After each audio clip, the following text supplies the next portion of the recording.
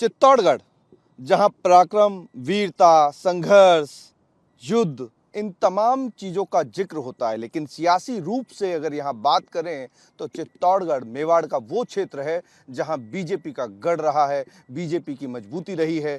विधानसभा चुनाव की बात करें या लोकसभा चुनाव की बात, जब भी यहाँ बीजेपी का झंडा बुलंद होता है, नारे बुलंद होते हैं, तो बीजेपी लीड लेती है। लेकिन एक चेहरा जो 2014 में नरेंद्र मोदी के साथ में संसद में पहुंचा, उनका नाम था सीपी जोशी। 3 लाख से ज्यादा वोटों से वो जीते और उसके बाद 19 में जब दोबारा टिकट मिली तो 6.5 लाख से जीतने का उन्होंने रिकॉर्ड कायम किया और अपना ही रिकॉर्ड तोड़ दिया।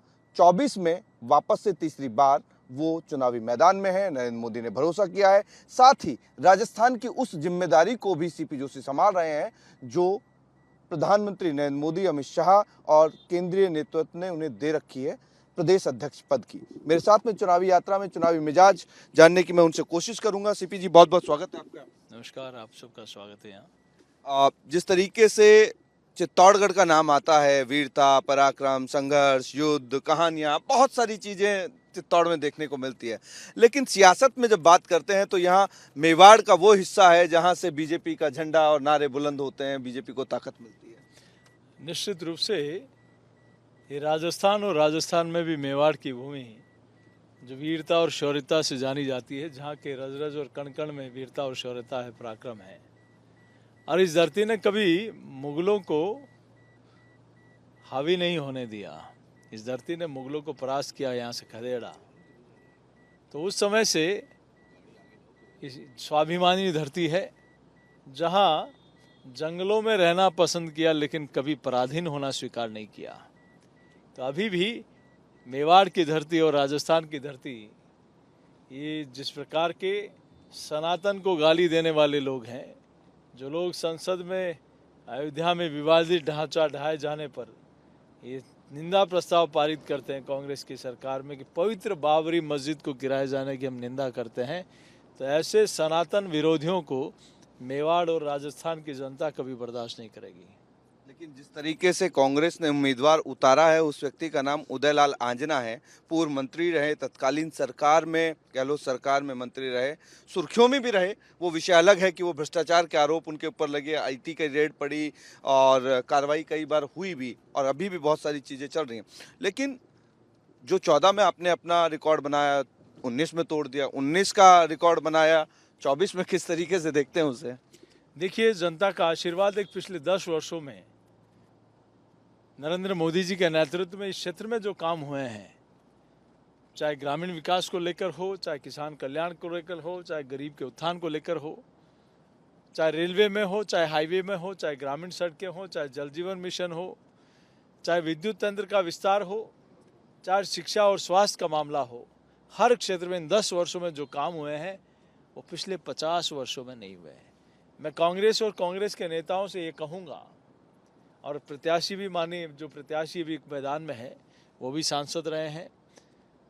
4 से 14 इनकी सरकार थी और पहले भी लगभग 40-50 साल सरकार दिल्ली में रही, लगभग 55-60 सालों तक इस देश में कांग्रेस की सरकार रही। मैं उनसे यही कहूँगा कि आपने किसान कल्याण के लिए अब तक इतने वर्षों में आपकी सरकार ने क्या काम किया, गरीब कल्याण के लिए आपकी सरकार ने क्या किया, महिला सशक्तिकरण के लिए क्या किया, युवाओं के लिए क्या किया, और आपने इस दरमियान इस संसदीय क्षेत्र में क्या काम हुए हैं। मैं दावे के साथ कह सकता हूं कि कांग्रेस के 50 साल पर मोदी जी के 10 साल भारी हैं, और वो इसलिए है कि कांग्रेस ने हमेशा सिर्फ नारे और वादे दिए, काम कुछ नहीं किया। आज मोदी जी के नेतृत्व में इस क्षेत्र की जनता का जो स्नेह, समर्थन, आशीर्वाद मिल रहा है, ये लोग कह रहे हैं कि पहली बार हमें मकान मिला, हमें शौचालय मिला, हमें उज्ज्वला का कनेक्शन मिला, हमारा जनधन का खाता मिला, हमें 5 किलो मुफ्त में अनाज मिल रहा है, जल जीवन मिशन के माध्यम से हम पीने का शुद्ध पानी आया है, हमारे यहाँ ग्रामीण सड़कें बनी है, हाईवे बना है, मेडिकल कॉलेज आया है, केंद्रीय विद्यालय आया है, नवोदय विद्यालय आया है, ये ट्राइबल एरिया है तो एकलव्य मॉडल स्कूल आया है, स्वामी विवेकानंद मॉडल स्कूल आया है, वंदन योजना आई है। तो ये काम आखिर मोदी जी का इंतजार ही क्यों कर रहे थे, ये मोदी सरकार से पहले क्यों नहीं हो पाया? देखिए, महत्वपूर्ण चीज है कि जहां भी मैं जा रहा हूं वहां दो चीजें बहुत कॉमन मिल रही हैं। महिलाओं को जिस तरीके से प्रधानमंत्री नरेंद्र मोदी ने प्रभावित किया है और दिल्ली से जो वो बोलते हैं उसके बाद वो गांव ढाणी में औरतों के पास वो मैसेज पहुंच जाता है, कन्वे हो जाता है, और उस मैसेज को ना सिर्फ वो महिलाएं मानती हैं बल्कि कहती हैं कि भाई मैं नरेंद्र मोदी को वोट दूंगी। तो वो प्रभावित जो हुई हैं, वो नारी शक्ति वंदन को कहें या महिला सशक्तिकरण को कहें या महिला जो बिल आया संसद में उसको कहें, तो ये प्रभावित करने वाली जो चीज़ है ये कितना असर करेगी राजस्थान की 25 सीटों पर और देश की बाकी सीटों पर? मैं सोचता हूँ न सिर्फ राजस्थान की 25 सीटों पर बल्कि देश की प्रत्येक सीट पर, क्योंकि देश की आबादी का 50% हिस्सा मातृशक्ति है। और नारी शक्ति के लिए कांग्रेस पार्टी क्या कहती है कि शक्ति को खत्म कर देंगे। राहुल गांधी ने कहा था।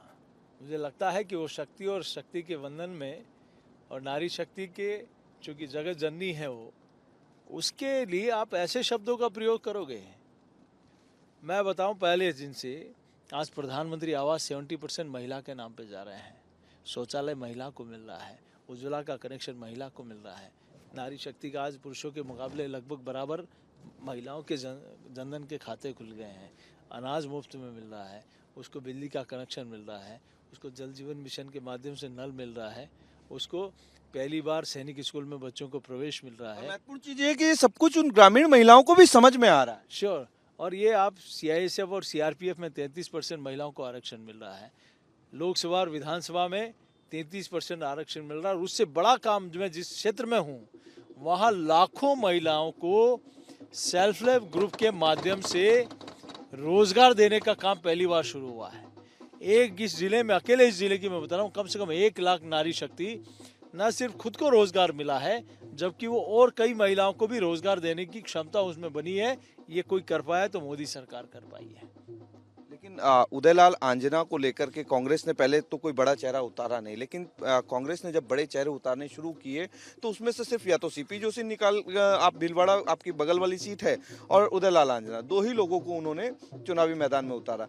बीजेपी बड़े चेहरों को उतार रही है, बहुत सारे नाम है, आप खुद हैं, अर्जुन राम मेघवाल है, जोधपुर से गजेंद्र सिंह शेखावत है, अलवर से भूपेंद्र यादव है, तमाम बड़े नाम है। मुझे लगता है कि कहीं न कहीं जब राहुल गांधी ही अमेठी छोड़कर वायनाड चले जाएं अपने आप को खतरा महसूस करके, तो फिर दूसरे नेता क्यों अपना रिस्क लेंगे। जब इनका मुखिया ही अपना मैदान छोड़ दे तो बाकी नेताओं की तो क्या कहें, उनकी क्या कसूर है। ये स्पष्ट है कि देश की जनता का विश्वास कांग्रेस ने खो दिया और देश के नेतृत्व, कांग्रेस के नेतृत्व ने कार्यकर्ताओं और उनके नेताओं का विश्वास खो दिया। आपके चुनाव प्रचार में मैं बहुत अलग चीज डिफरेंट देख रहा हूँ, क्योंकि बाकी लोग लग रहे हैं, जा रहे हैं, भाषण दे रहे हैं, कर रहे हैं, बीजेपी के उम्मीदवार भी जा रहे हैं, वो सब मिल करके लगातार प्रचार प्रसार में जुड़े। आप सिर्फ राम राम और कह रहे हैं कि मैं मिलने के लिए आया हूँ, राम राम है, बाकी देख लेना आप। बस मैं, क्योंकि हम लगातार 10 वर्षों से, मुझे अध्यक्ष के कालखंड में 1 वर्ष थोड़ा मुझे प्रदेश में जाना पड़ा, लेकिन 9 वर्षों तक लगातार इनके बीच में रहा हूँ। चाहे सुख में हो, दुख में हो, विकास की बात हो, हर मामले में इनके बीच में रहा हूँ। तो अभी सिर्फ पीले चावल देने जा रहा हूँ, राम राम करने जा रहा हूँ कि 26 तारीख को सबको भाजपा को वोट देना है। यही मैं सब लोगों को अपील करने जा रहा हूँ। जब लोग आपसे मिलते हैं, लगातार मुलाकात कर रहे हैं, मैंने एक सरलता भी आपकी देती कि बाकी और पॉलिटिशियन जो हैं वो चुनावी मैदान में उतरते हैं, बात करते हैं, भाषण देते हैं, फिर अलग से ले जा करके बात करते हैं। आपने गांव-गांव, ढाणी-ढाणी में, ये ट्राइबल इलाके में मैं देख रहा हूँ, सिर्फ 5 मिनट मुलाकात की, बातचीत की, रामा श्यामा की, और कहा कि भाई 26 तारीख को वोटिंग है, देखना, ध्यान रखना।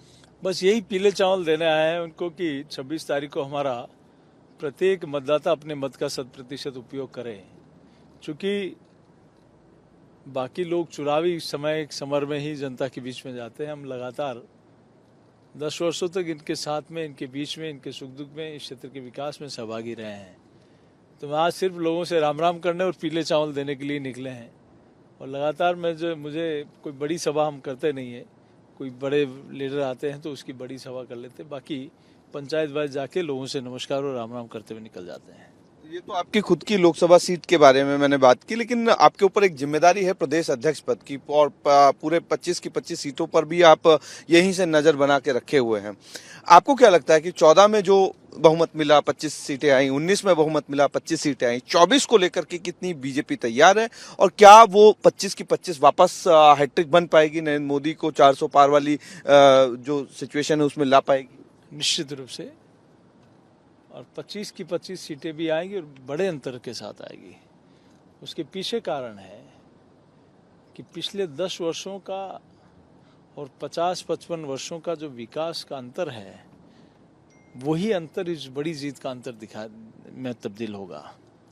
आप देखिए कि अनेक, और फिर कांग्रेस ने लगातार इस देश की जनता को, इस देश की जनता के साथ जिस प्रकार का मजाक किया है, धोखा दी है, वादा खिलाफी की है, झूठे वादे किए हैं, और इतना होते हुए भी उसके बाद सनातन को गाली देना, ये इस देश की जनता कभी बर्दाश्त नहीं कर सकती है।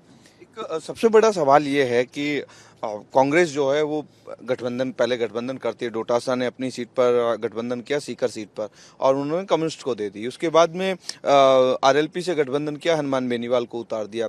बाप से गठबंधन की बात चली भारतीय ट्राइबल पार्टी से, लेकिन वहां समर्थन दे दिया, लेकिन उम्मीदवार जो हैं वो गायब है। देखिए, कांग्रेस पार्टी की ऐसी स्थिति आई क्यों? आप यूपी में, बिहार में जो पार्टी कभी शासन में हुआ करती थी, आज उनके राष्ट्रीय नेताओं को वहां से यूपी छोड़ना पड़ रहा है। 1-2 सीटें जो जीते हैं वो भी। बिहार में क्या स्थिति है और ये स्थितियां बनी क्यों? इसके पीछे कारण है कि कांग्रेस का जनता के साथ विश्वास उठ गया है। ये स्थितियां बनी क्यों?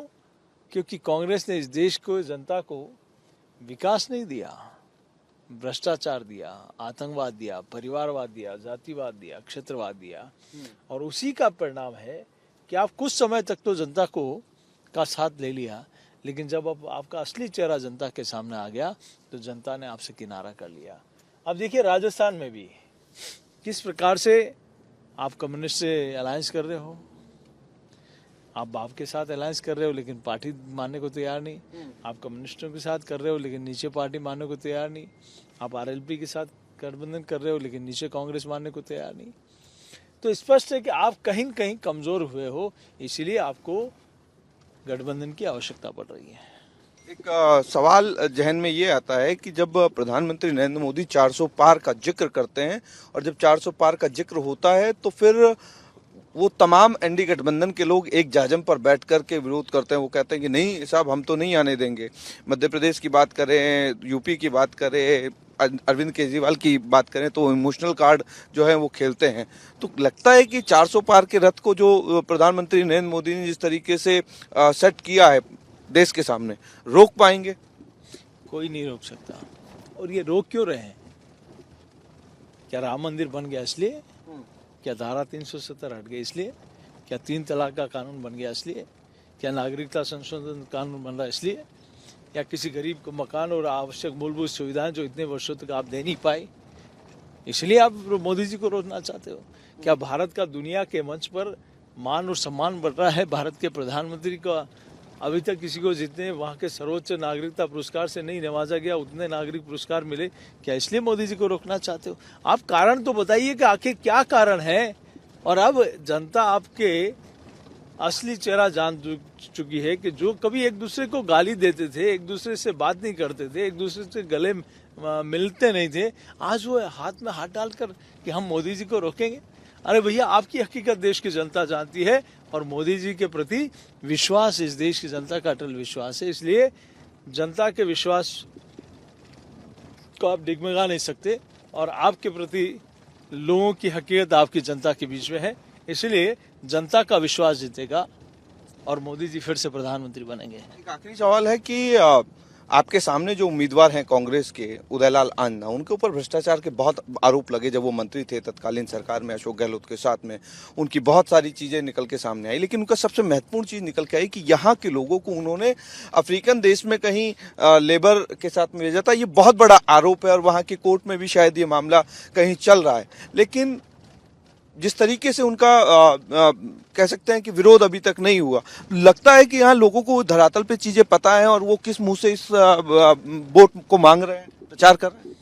नहीं, धरातल पे लोगों को नहीं पता और हम भी इन चीज़ों में नहीं पढ़ रहे हैं, लेकिन ये हकीकत है कि मुझे भी कई लोगों ने संपर्क किया कि उन्होंने वहाँ टेंडर लेने के लिए, चूँकि वहाँ की लोकल कंपनी का अलायंस होना ज़रूरी है, और यहाँ कई इंजीनियर्स और लेबर और कई लोगों को यहाँ से ले गए हैं, उनको इसके बाद पैसा तक नहीं दिया और वो शायद लोग कोर्ट में गए, ऐसा मुझे ध्यान में आया है। ऐसा का ऐसा ही कई मामले जो सहकारिता विभाग में जो भर्तियां हुई हैं, जो फिक्सेशन हुआ है, परमानेंट किया है, उसमें भी एक बड़ा इशू, बड़ा गालमेल लोगों ने मुझे बताया है। एक मिड डे मील का, जिसमें लोग कहते हैं कि लगभग 800-900 करोड़ का कोई घोटाला हुआ है। तो मुझे कई लोग संपर्क कर रहे हैं, लेकिन ठीक है, ये जब कानूनी तौर पर इसका क्या हो सकता है, हम इनको इशू नहीं बना रहे। हम तो, हमारा इशू, हम तो सिर्फ ये बना रहे हैं कि हमने जो 10 वर्षों में नरेंद्र मोदी जी के नेतृत्व में जो काम हुआ है, हम उसकी तुलना आपके 50 साल से कर रहे हैं, और वो 50 साल पे वो 10 साल मोदी जी के भारी हैं। तो सीपी जोशी चित्तौड़गढ़ लोकसभा सीट से प्रत्याशी हैं। बीजेपी की तीसरी जो लिस्ट थी, तीसरी बार की जो उनकी उम्मीदवारी है, वो अपना क्षेत्र में दौरा कर रहे हैं और साथ साथ ट्राइबल इलाके में घूम रहे हैं। सबसे बड़ी चीज ये है कि ट्राइबल इलाके में 2 घर यहाँ, 4 घर वहाँ और बहुत कम आबादी क्षेत्र होता है, लेकिन उनको कनेक्ट करना बहुत ज्यादा जरूरी होता है। लिहाजा सीपी जोशी जो हैं वो उसी तरीके से घर घर जा रहे हैं, गांव गांव जा रहे हैं, ढाणी ढाणी पहुंच रहे हैं और अपने आप को कनेक्ट कर रहे हैं उस व्यक्ति से जो लोकतंत्र के उत्सव में शामिल होना चाहता है। प्रधानमंत्री नरेंद्र मोदी की तमाम योजनाएं हो या प्रधानमंत्री नरेंद्र मोदी का वो 400 पार का नारा, जिसको साकार करने के लिए खुद सीपी जोशी न सिर्फ प्रदेश अध्यक्ष की भूमिका में है, बल्कि लोकसभा सीट चित्तौड़गढ़ से उम्मीदवार भी हैं और लिहाजा इसीलिए जमीनी स्तर पर वो लोगों से न सिर्फ मुलाकात कर रहे हैं, बल्कि मेल मिलाप के जरिए उन जो योजनाएं हैं जो गरीबों के लिए चलाई जा रही हैं, उनके बारे में भी बता रहे हैं। वीडियो जर्नलिस्ट महेश के साथ अमरदीप शर्मा, रिपब्लिक टीवी।